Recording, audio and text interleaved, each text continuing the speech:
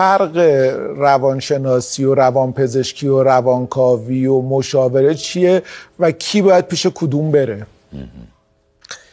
والا روانپزشکی که از اسمش که پیداست در واقع یک طبیبه، یک پزشکه که در دوره تخصص خودش نحوه تشخیص و درمان بیماری‌های روانی رو در واقع آموزش می‌بینه. خب طبیعتاً چون پزشک عمدتاً، نه کاملاً، عمدتاً از روش‌های پزشکی که حالا دارو درمانی در واقع محور اصلیش هست استفاده می‌کنه.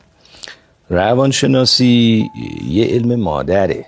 حالا درسته که مردم به طور کلی روانشناس رو کسی میدونن که تو کار تشخیص و درمان مشکلات احساسی و فکریه، ولی خب روانشناسی یه علم گسترده، شاخه‌های مختلفی داره.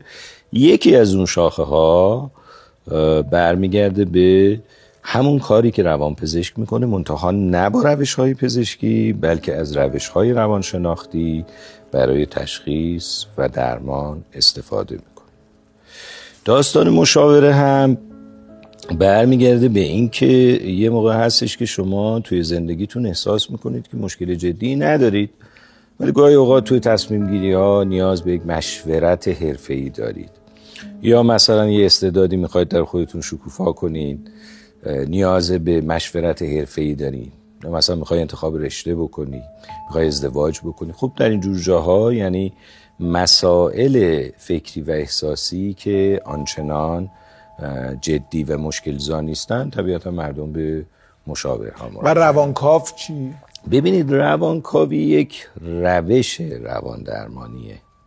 عمدتاً اون چیزی که تو دنیا به عنوان روانکاوی ازش یاد میشه، به خصوص در آمریکای شمالی، یه نظریه و یک فنی هست برای تشخیص و درمان مشکلات روانی از منظر روانشناخت.